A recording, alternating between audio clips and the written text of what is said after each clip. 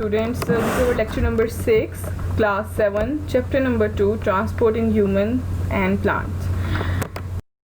We are going to study the exercise और exercise में हम सबसे पहले आप क्लास वर्क के बारे में पढ़ेंगे जी. एक्सटेंड योर थिंकिंग नोट्स हैं. होपफुली आप लोगों के पास ये नोट्स होंगे और अगर नहीं भी हैं तब भी ये पार्ट ऑफ आवर कोर्स हैं, तो आपको ये लेक्चर बहुत ही ध्यान से सुनना है और इसको समझना है. देन होमवर्क बेटा आपका पेज नंबर 23 एंड 24 पे जो ऑब्जेक्टिव दी गई है वो आपने होमवर्क में करनी है. So now we are going to start. Extend your thinking notes. Question number 1. What do you think what would happen if blood entering the heart mixed with blood leaving the heart? आपके ख्याल में क्या होगा अगर blood जो हमारे heart से गुजर रहा है, यानी कि ऑक्सीजनेटेड ब्लड जो हमारे हार्ट को लीव कर रहा है और वो ब्लड जो हमारी पूरी बॉडी से आ रहा है, यानी कि डीऑक्सीजनेटेड ब्लड मिक्स हो जाए. ऑक्सीजनेटेड और डीऑक्सीजनेटेड ब्लड मिक्स हो जाए तो क्या होगा? तो उसके नतीजे में ये होगा कि जब कार्बन डाइऑक्साइड अगर खुदा न खास्ता अगर हमारी या तो पेशेंट्स में हो सकता है या फिर सिंपल ये कोई एरर है बॉडी के अंदर, या जो वेन्स हैं या जो कैपिलरीज हैं, आर्टरीज़ हैं, ये डैमेज हो गई हैं और किसी वजह से ब्लड मिक्स हो गया है, तो इसके नतीजे में कार्बन डाइऑक्साइड की जो है वो हमारी बॉडी में बहुत ज़्यादा हो जाएगी. और कार्बन डाइऑक्साइड और उसके अलावा हमारे ब्लड में बहुत सारे टॉक्सिक सब्सटेंस भी होते हैं जो उसने डिफरेंट ऑर्गन्स तक पहुंचाने होते हैं ताकि वो वहाँ से एक्सक्रीट हो सकें. तो अगर ये मिक्स हो जाएगा ब्लड तो due to the excess toxic gases and toxic chemicals हम ह्यूमंस जो हैं वो उसको बेयर नहीं कर सकते और उनकी डेथ अकर हो सकती है. सो बेसिकली अगर आप ये देख रहे हैं हमारे लंग्स में जो ब्लड जाता है वो डीऑक्सीजनेटेड होता है और जो आता है वो ऑक्सीजनेटेड होता है. और अगर ये मिक्स हो जाए खुदा न खास्ता तो कार्बन डाइऑक्साइड और डिफरेंट टॉक्सिक केमिकल्स की हमारे में ज़्यादा हो जाती है क्वांटिटी और जिसकी वजह से human death occur. So class और question number 2 is how is structure of capillaries related to their function. तो सबसे पहले हम इसके स्ट्रक्चर की बात करेंगे. कैपिलरीज़ का स्ट्रक्चर आर्टरीज़ और वेन्स से डिफरेंट होता है क्योंकि आर्टरीज़ और वेन्स जो हैं वो कैरी करती हैं तीन लेयर्स ऑफ टिश्यू से मिलकर वो बनती हैं, वाइल जो कैपिलरीज़ हैं वो सिंगल लेयर से मिलकर बनती हैं. तो इसकी वजह से उसकी बहुत ही पतली उसकी आउटर बाउंड्री होने की वजह से बहुत इजीली कार्बन डाइऑक्साइड और ऑक्सीजन गैसेस और डिफरेंट न्यूट्रिएंट्स या केमिकल्स जो हैं वो इजीली इसके अंदर से डिफ्यूज़ हो जाते हैं, यानी कि मूव कर जाते हैं आउटर साइड पर.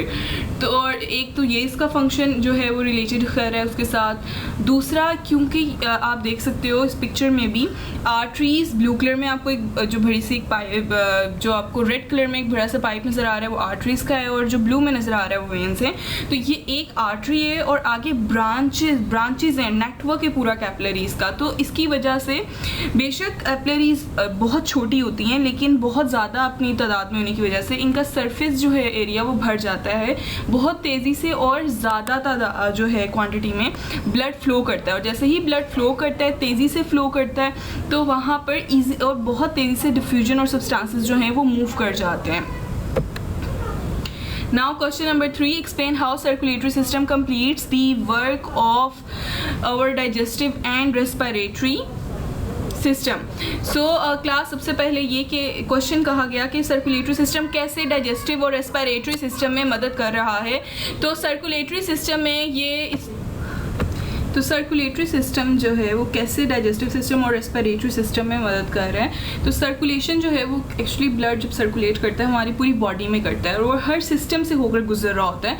तो सबसे पहले मैं डाइजेशन की बात करूँगी कि डाइजेशन में हमारी जब फूड हमारे अंदर जाती है तो वो एक न्यूट्रिएंट की फॉर्म में जब चेंज होती है, ग़िज़ा की फॉर्म में जब वो चेंज हो जाती है, बिल्कुल एक डिफरेंट फॉर्म में कह सकते हैं सूप फॉर्म में जब वो चेंज होती है और वो न्यूट्रिएंट्स ने अब पूरी बॉडी में मूव करना होता है, तो उसके लिए ब्लड रिक्वायर्ड होता है. और ब्लड जो है उन न्यूट्रिएंट्स को फ्लो करवा कर हर जगह से और हर एक ऑर्गन में to the head, from the head to toe, हर जगह वो ब्लड के ज़रिए उन न्यूट्रिएंट्स को और उन केमिकल सब्सटेंस जो होंगे उनको पहुंचाता भी है. और फिर वहाँ से टॉक्सिक केमिकल्स और कार्बन डाइऑक्साइड और डिफरेंट तरह के जो ऐसे होंगे पार्टिकल्स जो बॉडी के लिए नहीं ज़रूरी, वो सब वापस लेकर आता है उन सिस्टम्स में। सो रेस्पिरेटरी, और जो अगर रेस्पिरेटरी सिस्टम की बात करेंगे तो ब्लड जो है ये कैरी करता है ऑक्सीजन को और सर्कुलेट कर देता है पूरे बॉडी के अंदर, एंड पूरी बॉडी से कार्बन डाइऑक्साइड को लेकर वापस लंग्स तक आता है, और लंग्स जो हैं वो उस अपने रेस्पिरेटरी सिस्टम के थ्रू उस कार्बन डाइऑक्साइड को बॉडी से बाहर निकाल देते हैं। इस तरह डाइजेशन में और रेस्पिरेटरी सिस्टम, यानी कि दोनों सिस्टम जो है, डाइजेस्टिव सिस्टम और रेस्पिरेटरी सिस्टम, डिपेंड कर रहे हैं सर्कुलेटरी सिस्टम के ऊपर।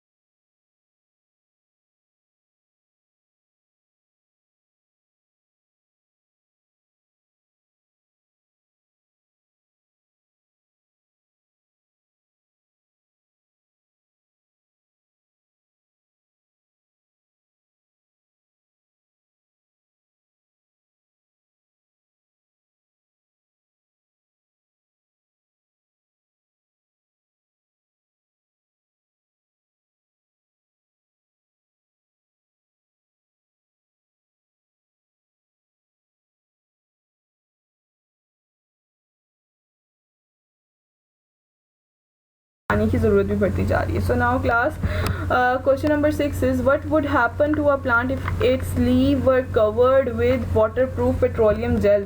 क्लास इसके 4 तरह के मैंने कंडीशंस को अप्लाई किया है। सबसे पहला प्लांट जिसके ऊपर हमने पेट्रोलियम जेल नहीं लगाया, तो नॉर्मल जैसे वो अपनी अगर हम उसको प्लांट के साथ ही रखें, यानी कि अगर हम अभी उसे तोड़ नहीं रहे, प्लक नहीं किया हमने उसको उसकी स्टेम से, तो वहाँ पर ही लगा रहने दें। तो आप देख सकते हैं कि नो पेट्रोलियम जेल, कोई मसला नहीं है उस प्लांट को।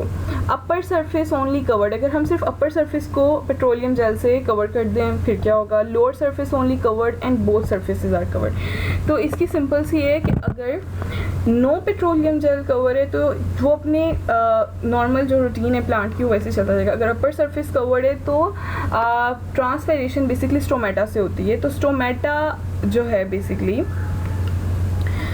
स्टोमेटा का ये होता है कि वो दिन के टाइम खुलता है और रात के टाइम बंद होता है। तो स्टोमेटा बेसिकली लोअर साइड पे, पत्ते की लोअर साइड पे प्रेजेंट होता है। तो इतना ख़ास इफेक्ट नहीं आता, लेकिन इफेक्ट आएगा, लेकिन इतना ख़ास इफेक्ट नहीं आता अपर सरफेस पे सिर्फ लगाने से। लोअर सरफेस पर लगाने से डेथ अकर हो सकती है, क्योंकि स्टोमेटा कम्प्लीटली जो हैं वो बंद हो जाएंगे उसकी एक लेयर से। ज़्यादा बात है वाटर प्रूफ लेयर है और पानी वेपोरेट ही नहीं होगा।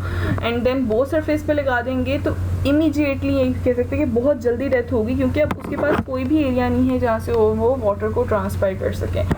सो class, our question number 7 is why would people sit and relax under the trees in hot summer days. So class, इसका आंसर क्या हो सकता है? Because in plant transpiration first it causes cooling effect. जब transpiration होती है तो हमारे इर्द गिर्द जो है वो वाटर मॉलिक्यूल्स हो जाते हैं। वाटर मॉलिक्यूल्स, और जब हवा चलती है तो वो वाटर मॉलिक्यूल्स बहुत ही ठंडक का एहसास दिलाते हैं। So that's why in summer days people want to sit in the trees, under the trees. So class, question number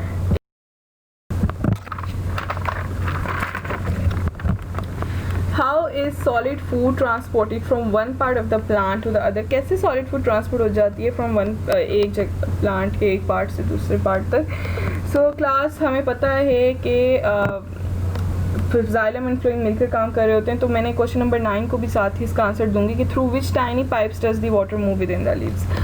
so class, xylem जो है वो बेसिकली वाटर की ट्रांसपोर्ट करता है, फ्लोएम जो है वो फूड की ट्रांसपोर्ट करता है। तो सॉलिड पार्टिकल्स जो हैं वो जाइलम ट्रांसपोर्ट करेगा, और जो वाटर जो है वो मूव करता है वो जाइलम के थ्रू करता है। सो क्लास, ये आपको समझ आया होगा, और अपनी एक्सरसाइज जल्दी से करें और मुझे सेंड कर दें in the group, so I will check it. Thank you very much.